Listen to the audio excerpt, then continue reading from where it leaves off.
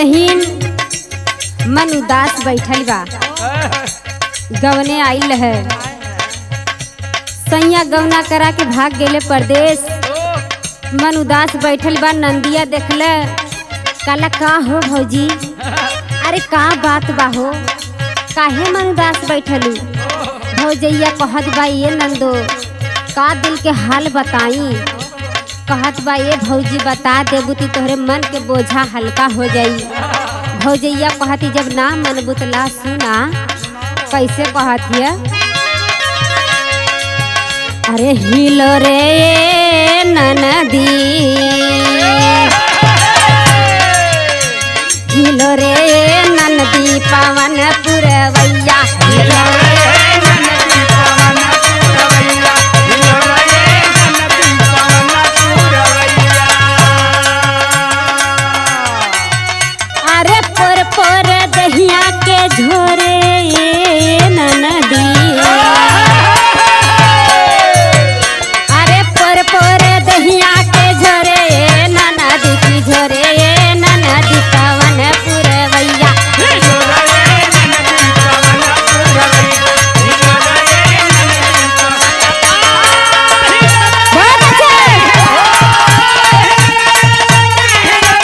ननदी बहुत अच्छे। हिलो रे ननदी पवन पुरवैया, हिलो रे ननदी पवन पुरवैया।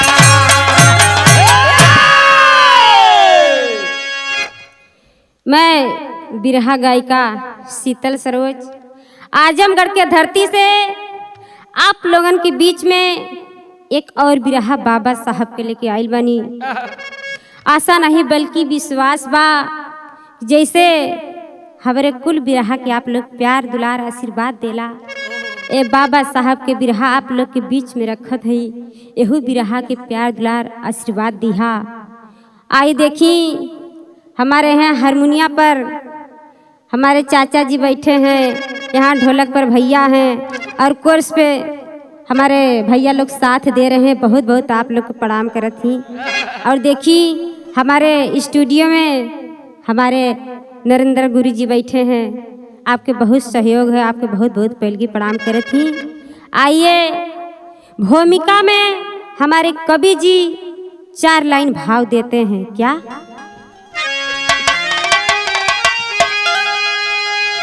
रही हो गुलामी या हिंद आजादी, सदा से अछूतों को कुचला गया है।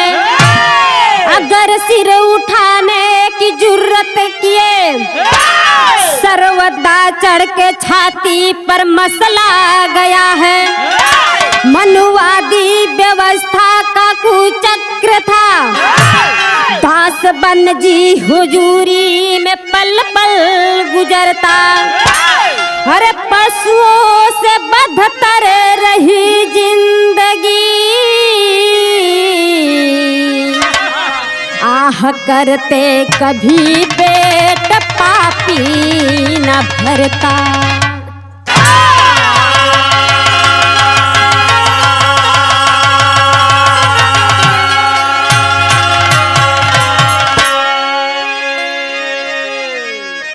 बाबूजी, जब हमारा देश गुलाम था तभी भी और आज आजाद भी है, अभी भी कहीं कहीं दलित वर्गों को सताया जा रहा है। अगर कोई सिर उठाने की जुर्रत करते थे, उनके छाती पे चढ़ के मसल दिया करते थे। रास्ता जाना मुश्किल हो गया था। मनुवादी के ऐसा कुचक्र व्यवस्था राल हो भैया। पशुओं से बदतर हम लोगों की जिंदगी रही है। अरे हम लोगों से अच्छा तो पशु अपने जिंदगी को जी रहे हैं। उस समय ये पेट भी पापी था, आह करते कभी नहीं भरता था।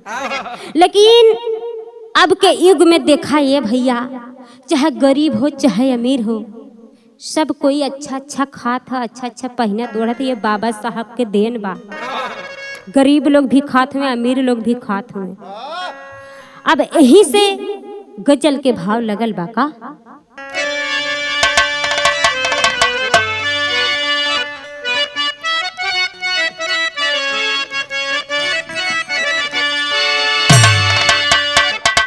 कि तोबा कैसे है, कि तोबा कैसे है नादान घुघरू पायल के। तोबा कैसे है नादान घुघरू पायल के। तोबा कैसे है नादान घुघरू पायल के।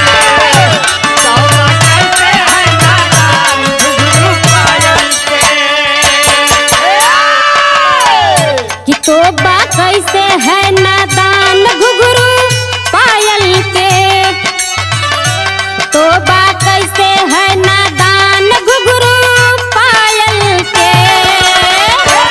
एक दिन लहंगे, एक दिन लहंगे मेरी जान घुघरू पायल के।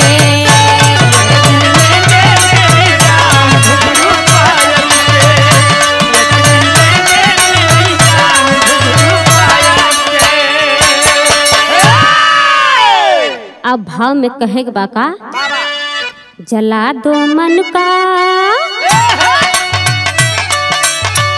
जला दो मन का वह विधान शान से धरती पर। जला दो मन का वो विधान शान से धरती पर। जला दो मन का वो विधान शान से धरती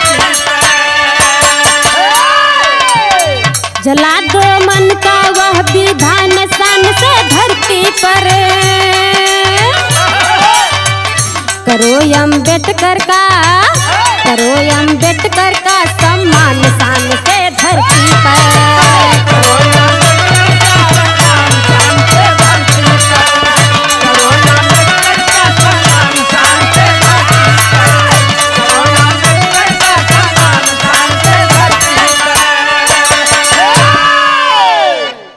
मनुवादी का विधान जलावल गईल और अंबेडकर बाबा के विधान बनावल गईल कि बाबा साहब का सम्मान करा ये धरती पर।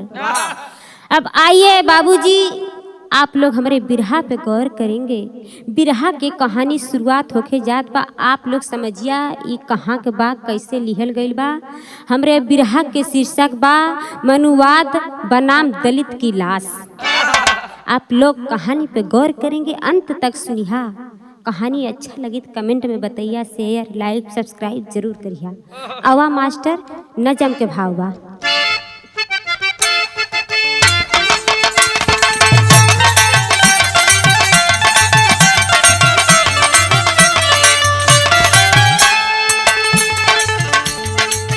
फूल के दामन में है सूरज भाया तुमने, फूल के दामन में है सूरज भाया तुमने। बनाया जो तुझे मुझे भी बनाया उसने।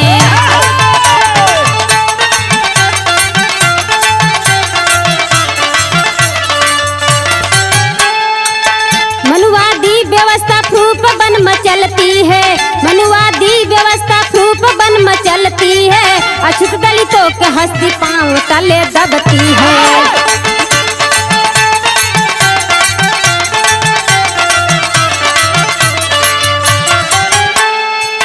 तमिलनाडु में था मनुवादी का प्रभाव जहाँ, तमिलनाडु में था मनुवादी का प्रभाव जहाँ। परम कुंडी है एक मलार का गांव जहाँ।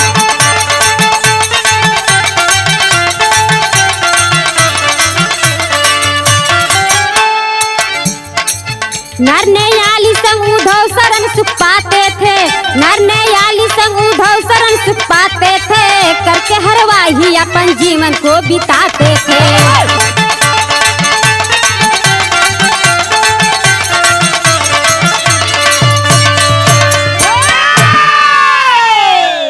ए बाबूजी कह रहे हैं, अरे क्यों रास्ते में कांटा बिछा रहे हो, क्यों खिले हुए फूल में कांटे चुभा रहे हो। अरे मेरा कहना है जिस मालिक ने तुझे बनाया है, अरे जिस मालिक ने तुझे बनाया है वही मालिक तो मुझे भी बनाया है। तो फिर भेदभाव क्या करना। ए बाबूजी इसी तरह मनुवादी के ना समझ निर्दयी बन गए हो भैया। मनुवादी इतना दलित वर्ग के सतावत में इतना निर्दयी बन गए हुए कि इसी तरह तमिलनाडु में एक गांव बा, जौने गांव के नाम बतावल गई परमकुंडी। परमकुंडी गांव में चमारन के गांव बा। हाँ, देखिए हमारे परमकुंडी तमिलनाडु परमकुंडी में चमारन के मलार बोले जाला और महाराष्ट्र में महार बोले जाला।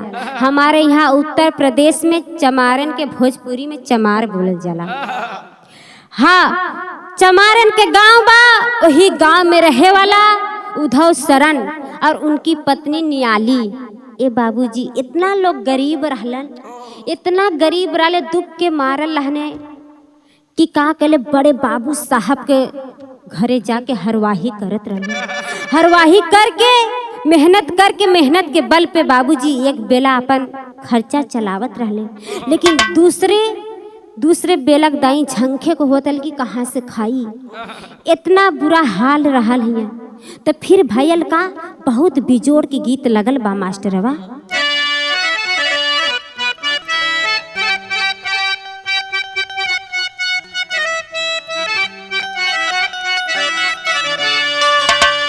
कौनो सखी अपने सखी से कहत बा, ए सखी, हई रेलिया बैरी हो गइल बा, जहाजिया बैरी बन गइल बा, अब पिया का हमरे हाल सुना ये सखी। सखी कथी बतावा, कैसे बतावत?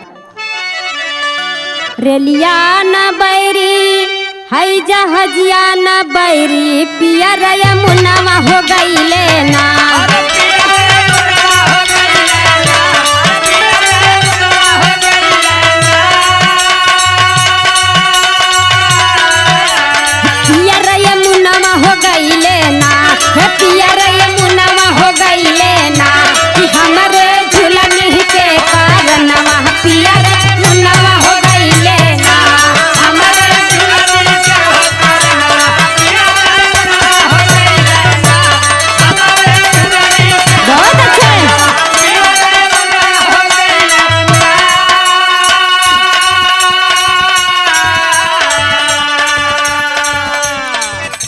गीत रहा, लेकिन बिरहा में कहे के बाका, बाउर बदे नसीबी रहल दीनावा, गरीबी जियल जहरवा हो भइले ना।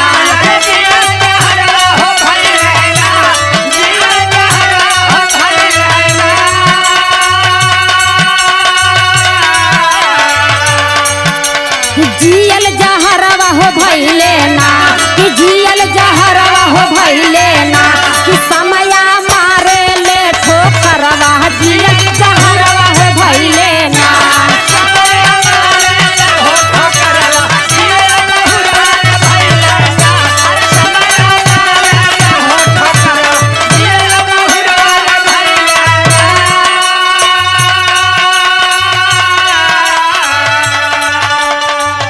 ए भैया, उद्धव शरण अपने किस्मत के ठोकत हुए कहत हुए, कैसन ई बाउर हमार समय आ गइल बा, हमार जियल मुश्किल हो गइल बा, इस समय के चलते आज हमके ठोकर खाए को होत बा।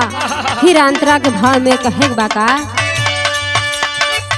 बिगड़ल तबियत भइल तान के तबाही,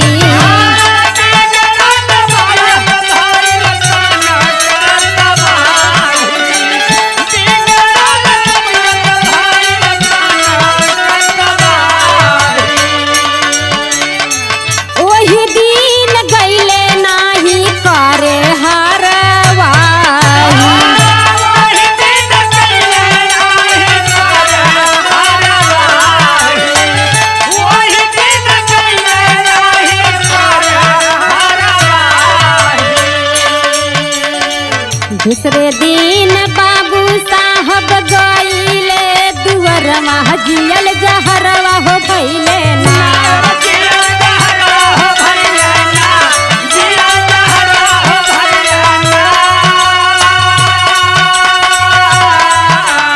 जियल जहरवा हो भइले ना, कि समया मारे ले ठोकरवा, जियल जहरवा हो भइले ना।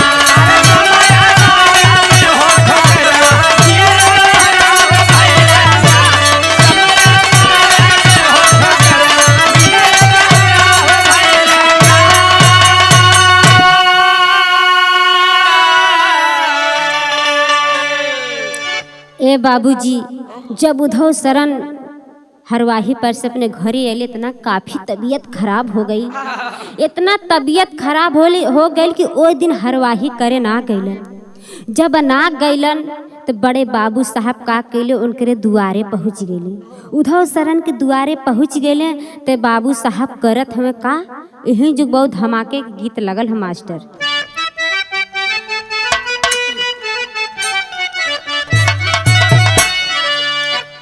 कौनो दुल्हन के पिया चल गया ने परदेश, लेकिन जब परदेश चल गए ने ना फोन ना चिट्ठी ना संदेश, दुल्हन बड़ी परेशान हो गई बा। दुल्हनिया फोन कही कहले बा हेलो, सैया कहले बाटे हाँ हेलो का हो बोला। दुल्हन कहले बा कि बड़े प्यार से बोलत हुआ, लेकिन कभो फोन ओन कैला ना, अरे वहाँ जाके भुलाए गैला, गुलरी के फूल हो गईला का। एक हमार बात सुना, ऐसा हमार पति निर्दयी हो गई, कहत बा का, अरे घर नाही आइला तू, अरे कराई के गमनवा सैया, अरे घर नाही आइला तू कराई के गमनवा मोर सजनवा हो, मोर बलमुआ हो, मोर सजनवा हो, गुलरी के फूल होई गईला, मोर सजनवा हो, गुलरी के फूल होई गईला। बहुत अच्छा है, अरे वाह,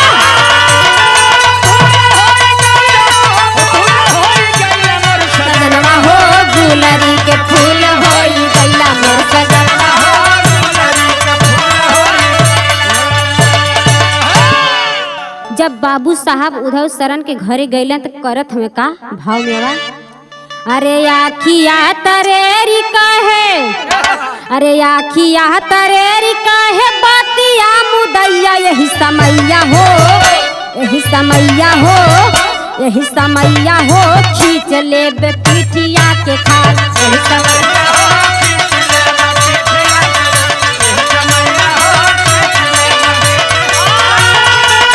जियो बहादुर जियो।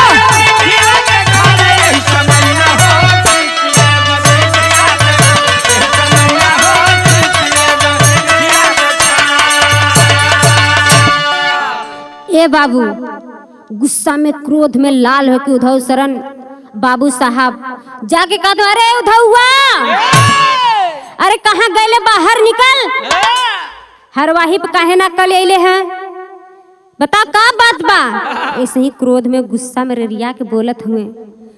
दुल्हन घर में से आई, नियाली घर में से नहीं कहनी, ये बाबू साहब हाथ जोड़ के कहा थे, ये बाबू साहब आज हमारे पति के बहुत तबीयत खराब बा, यही लिए कल काम पे ना जा पाऊने, क्षमा करिहा, कल से जइहे। तो कहत बाटे का,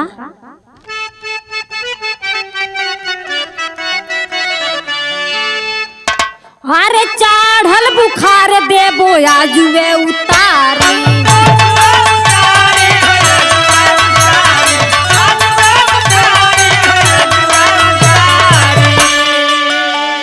काल नहीं आइला ते काट ले खुमारी,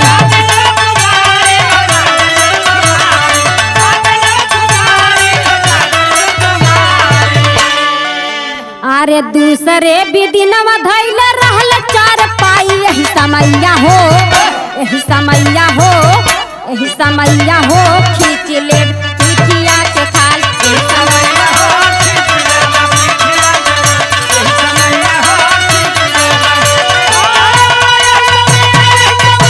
जियो बहादुर जियो।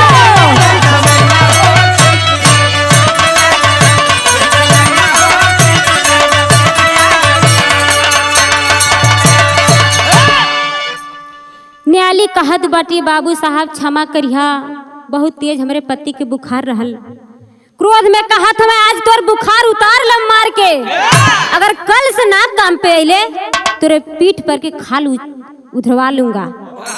ए भैया, जब इतना बतिया उद्धव शरण जब सुनले तो एकदम घबरा गईले, कहले हमार तबीयत इतना तेजी खराब बा, अगर कल काम पे ना जाए तो हमार खैरियत ना रही, बाबू साहब हमके छोड़ी है ना। ते भैया तब भयल का टेरी के भाव में,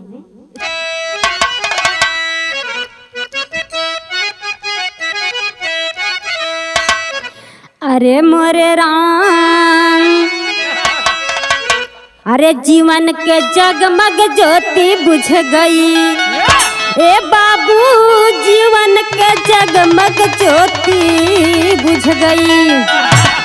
ममता काप गई बिन कफन की किस्मत रोती, अरे हो रोती, अरे हो रो। जीवन का जगमग ज्योति बुझ गई, ममता काप गई बिन कफन की किस्मत रोती, जीवन के जगमग ज्योति बुझ गई।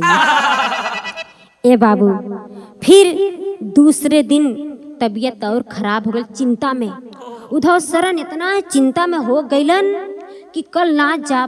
बाबू साहब धमकी दे के गईलन, अगर उनके घरे काम पे ना जा तो हमार खैरियत ना रही, हमके छोड़ी है ना। यही चिंता में बाबूजी और तबीयत खराब और दुगना तिगुना खराब हो गई। तो खराब जब हो गई तो विदेशिया के भाव में कहे के बाका,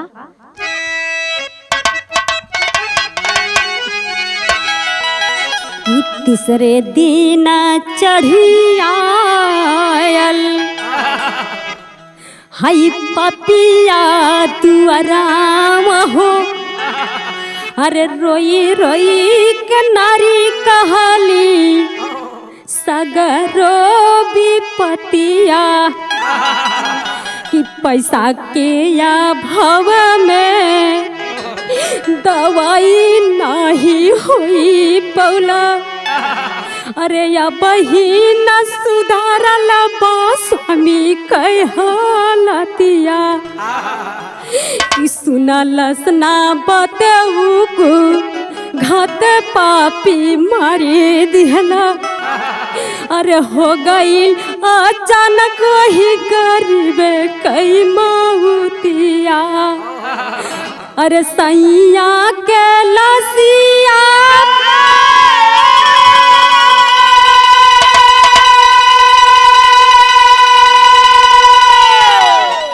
ए बाबू पीटी पीटी छतिया हो।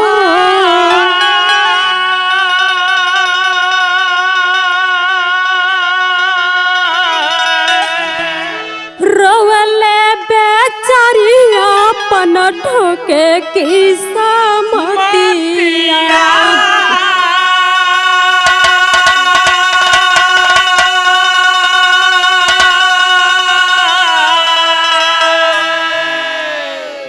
आय हाय बाबूजी, जब दूसरे दिन उद्धव शरण हरवाही पर ना गईले तबीयत के कारण, वो तीसरे दिन बाबू साहब उद्धव शरण के द्वारे पहुंच गईलन।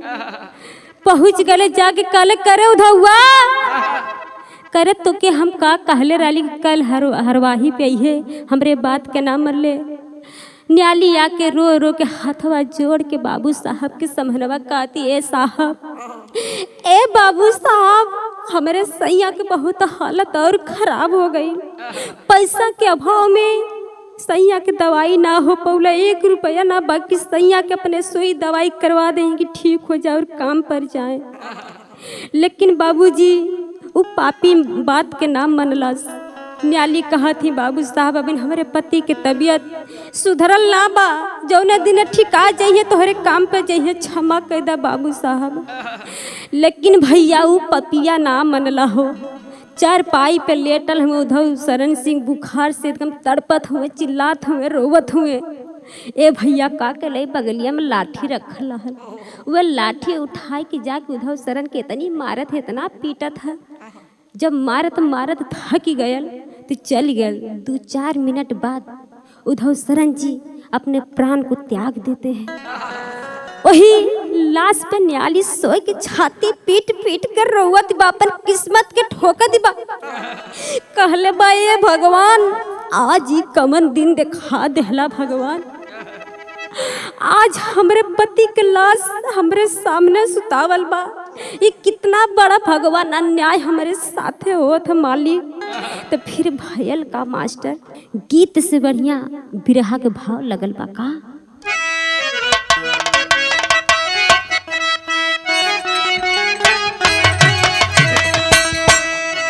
कि इहे मानवादी दस्तूर हिंदुस्तानवा में,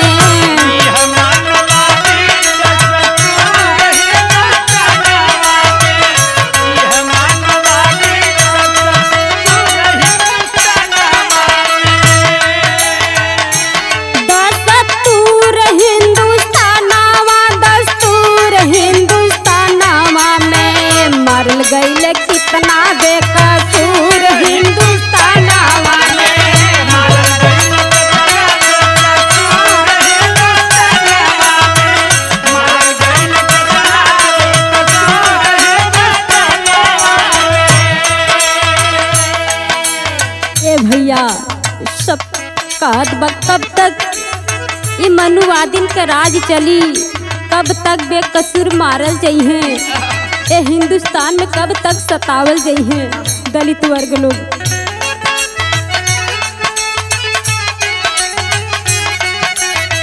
बस्ती के लोग दर्द छाती में दबाए के, बस्ती के लोग दर्द छाती में दबाए के, बस्ती के लोग दर्द छाती में दबाए के।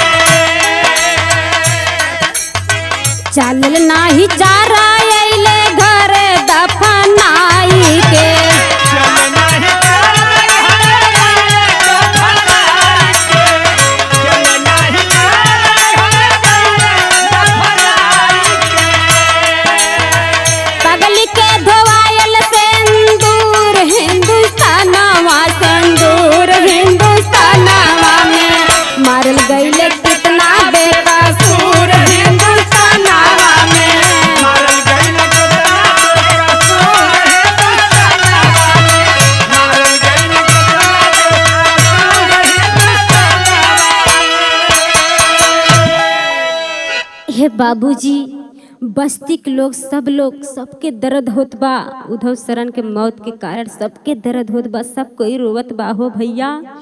लेकिन उनके लाश के लोग गांव वाले लेके गए दफना देले, दफना के घरे अइलन और न्याली के भैया हो मांग में के सिंदूर धुआत बा, हाथ में के चूड़ी लोग तोड़ देलन, तोड़ देने तो फिर भयल का गीत बदल गई।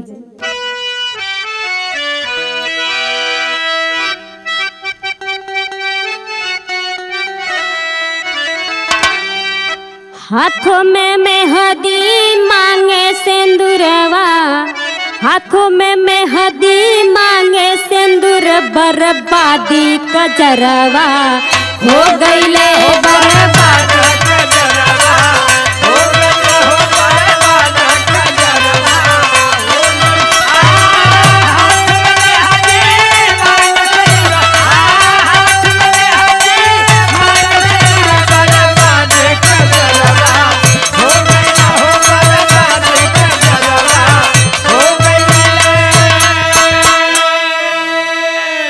अब देखा भैया भाव में का कहे के बा, अरे पेटवा में पिया के निशानी रहल बा, पेटवा में पिया के निशानी रहल, हरियर गुल सनावा हो गईले हरियर गुल सनावा।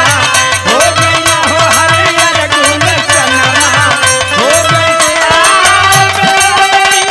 निशानी रहल हो, पिया के निशानी रहल, हरियर गुल सनवा, हो गइला हो हरियर गुल सनवा, हो गइला। ए बाबूजी, उद्धव शरण के निशानी वही न्याली के पेटवा में पलत रहल हो भैया। फिर भयल का, अरे 1924 मगन भइले, हगोदिया में सुगनवा हो गइले, अरे बेटवा के नाम सिकरन रखली, तब बाड़ा ललनवा हो गइले हो, तब बाड़ा ललनवा, हो गइला हो तब बड़ा ललनवा, हो गइला जियो जियो। हो गइला सिमरन रखली, तब बड़ा ललनवा, हो गइला हो तब बड़ा ललनवा, हो गइला।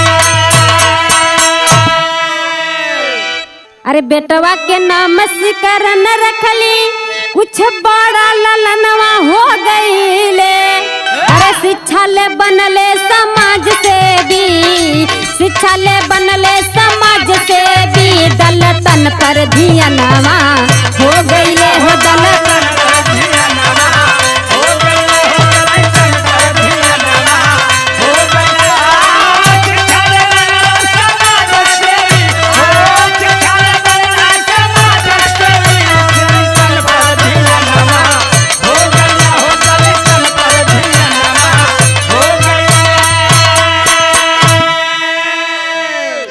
ए बाबूजी, उद्धव शरण ते इस दुनिया से चले जाते हैं, लेकिन न्याली मतारी अपने बेटों को जन्म देती है।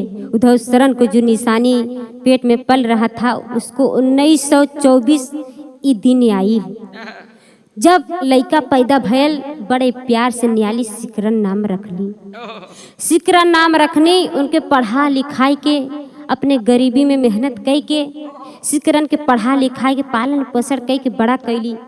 जब समाज सेवक हो गई समाज के सेवा में लग गए दलितन पर ध्यान देवे लग गए सिकरन तो फिर भयल का पहपट के भाव में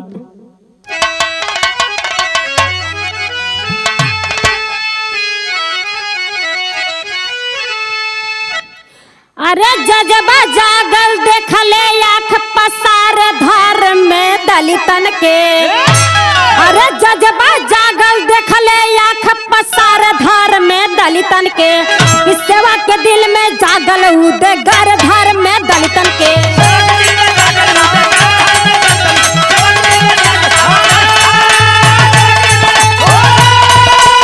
जिया जिया बहादुर अरे वाह वाह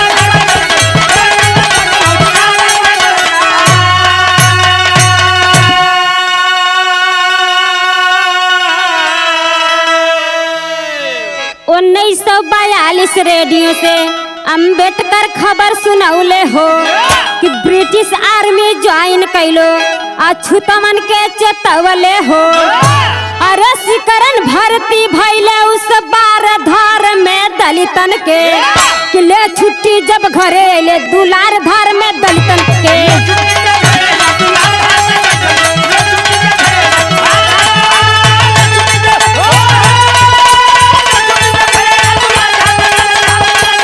जिया बहादुर जियो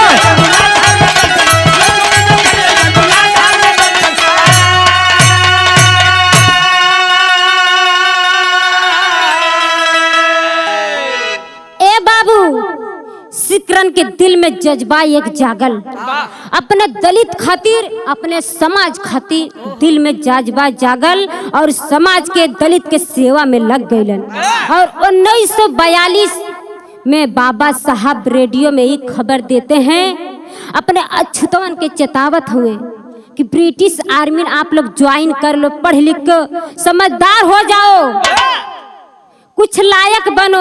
सिकरन जब ये बतिया के सुनने रेडियो के द्वारा जब ये बात के सुनले तो जाके भर्ती भइलन।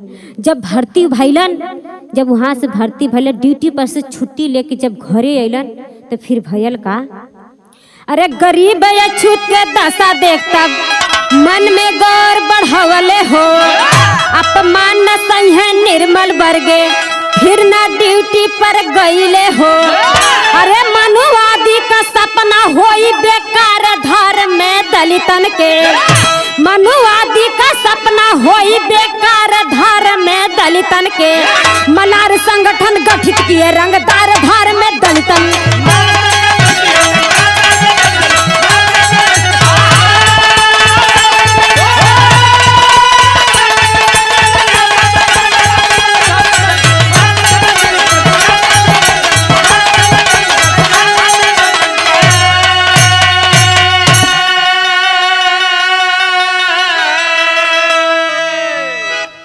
भैया सिकरन जब छुट्टी लेके अइलन तो दोबारा ड्यूटी पर ना गइलन अपने दलित खातिर ड्यूटी पर ना गए कहलन अब बहुत दलित लोग अपमान सहने अब सहे ना देव अब सम्मान के सिवा अपमान सहे ना देव दलित वर्ग के ए भैया उनकर सेवा में लग गए और कहलन मनुवादिन के सपना पूरा बेकार करब एक मलार संगठन बनौलन मलार संगठन बनौले का आल्हा में भाव लगल बा का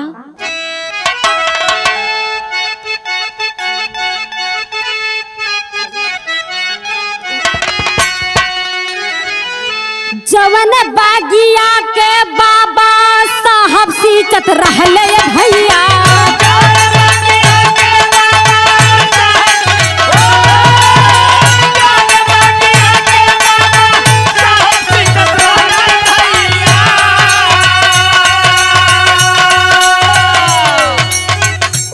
बागिया में खिलल फूल हो नहार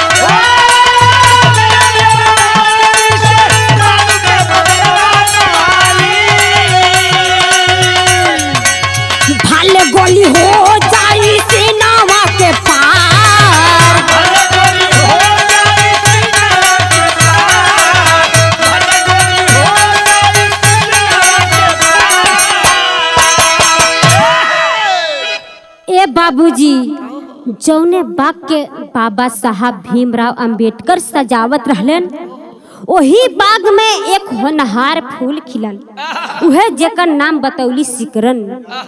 सिकरन अब ओ बाग के सजावे चलल बाटे। अब माई समझावत ही, ए बेटा संभल के चलिया, ई मनुवादी तोहरा के ना चले दी हैं। ए लाल, हमरे आखी के तो ही एक दुलार बाटा, हमरे बढ़ोती के तो ही सहारा हुआ। तुहार पिताजी ते दुनिया में ना रहले, लेकिन तू अगर ना रहबा तो हमार सहारा के होई हो बेटा। ए भैया कहत बाटी, देखा बेटा हमार मांग ते सुन होई गईल बा, अब तो ही एक हमार तारा हुआ। लेकिन सिकरन कहत बाटे, ए माई, हम अपने बाबूजी के पिताजी के जरूर बदला ले, भले गोली मेरे सीने के पार हो जाएगा तो क्या, लेकिन जब तक पिताजी का बदला नहीं लूंगा तब तक चुप नहीं बैठ सकता। ए बाबू कहत बाटे, भले गोली हमरे सीना के पार हो जाएगा तो क्या, जब तक पिता का मौत का बदला नहीं लूंगा चुप नहीं बैठ सकता। लेकिन संगठन बना के आंदोलन कैले, लेकिन एक पापिन के जलन होखे लगल, करे एक चमार जात के होगी, इतना ही शेर बनत बा। मनुवादी योजना बनावत बाटे सिकरन के खिलाफ, सिकरन के मारे बदे कि इतना ही आगे चलत बा। फिर भयल का सदर के भाव में कहे खो,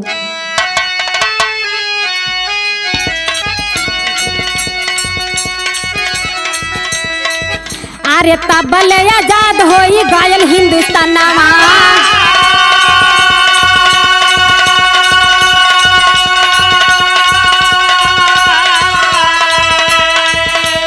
हर जन छात्रवृत्ति पास भइल वही बार,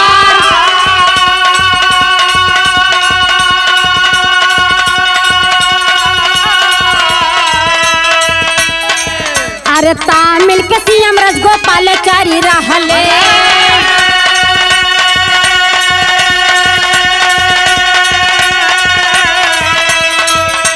हटले सीएम कामराज भइल सरकार,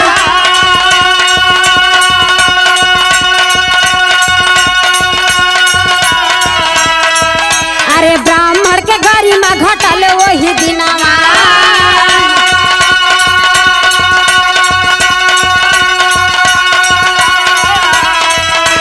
इहे अपने मनवा में कइले विचार,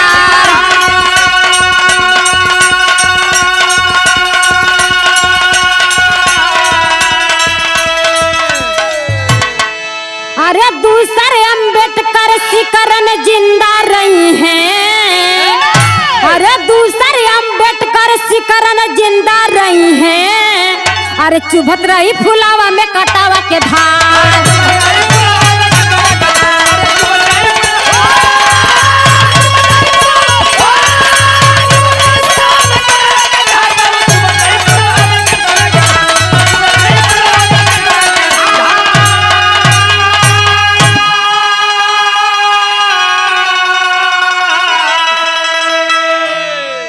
ए बाबू, तब ले अपन हिंदुस्तान आजाद हो गया। तमिल के सीएम मुख्यमंत्री राजगोपाल रहलन। जब वोट से हट गईलन तो कामराज सरकार भइलन और हरिजन छात्रवृत्ति पास कैलन। वही दिन ब्राह्मण के गरिमा घटे लगल, मनुवादिन के जलन होखे लगल कि एक और दूसरा अम्बेडकर पैदा हो गया, सिकरन। ए बाबूजी, जब तक सिकरन जिंदा रहेगा हम लोगों के रास्ता मुश्किल हो जाएगा। मनुवादी अपने मन में ये सोचत हुए, हटावे के प्लान बनावत हुए, कैसे खड़ी के भाव में बतावे के भैया।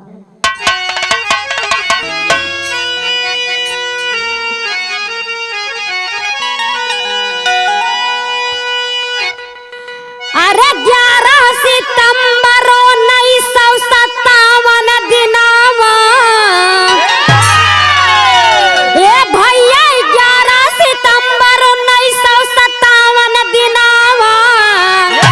बुझल भारत के रोशनिया गगन में चनावा।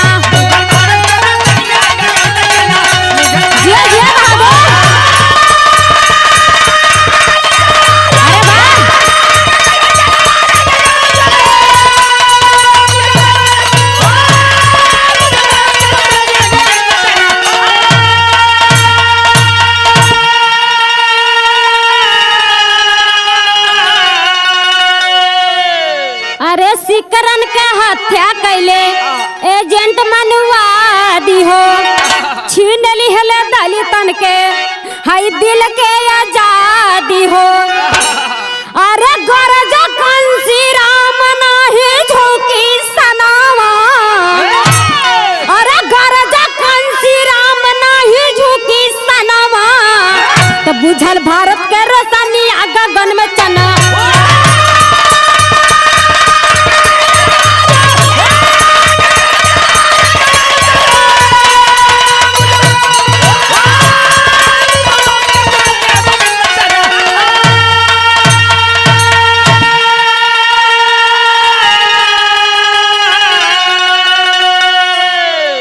ए बाबूजी 11 सितंबर 1957 के दिन रहल हो।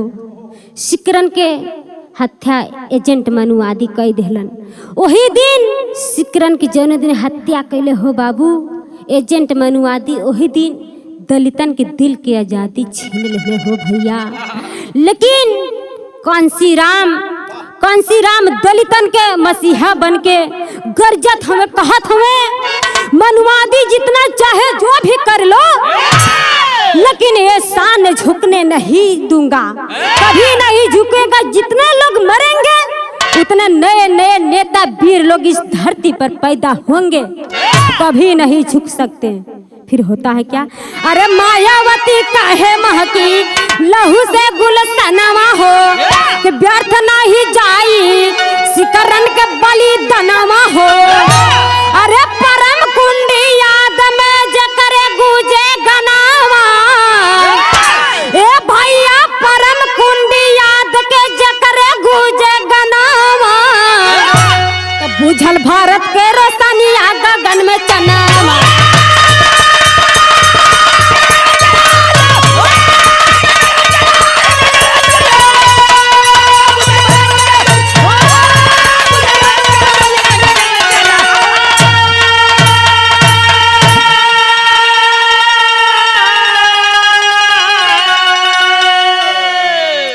ए भैया ए बात के मायावती भी कहती हैं, सिकरन के बलिदान कभी व्यर्थ नहीं जाएगा। आज कांसी राम के जो सपना अधूरा है उसको मायावती आज भी पूरा कर रही है कि परम कुंडी गांव में ए सिकरन के नाम सबके मुँहे मुँहे गूंजी, सबके जुबानी पर रही, सबके दिल में याद रही सिकरन के नाम। ए भैया बहुजन समाज पार्टी बहु माने बहुत जन माने लोग, अब यही हमरे बिरहा के समाप्ति होके जात बा। आप लोग कमेंट में बताइया ये बात हम सही कहनी या गलत कहनी, कमेंट में आप लोग लिखिया। अब यही हमरे घराने के परिचय बा कि गुरु गणेश गुरु रामलाल बिरहा के रहे पुजारी, बच्चन चंद्रिका कवि केशव जी गैले स्वर्ग सिधार।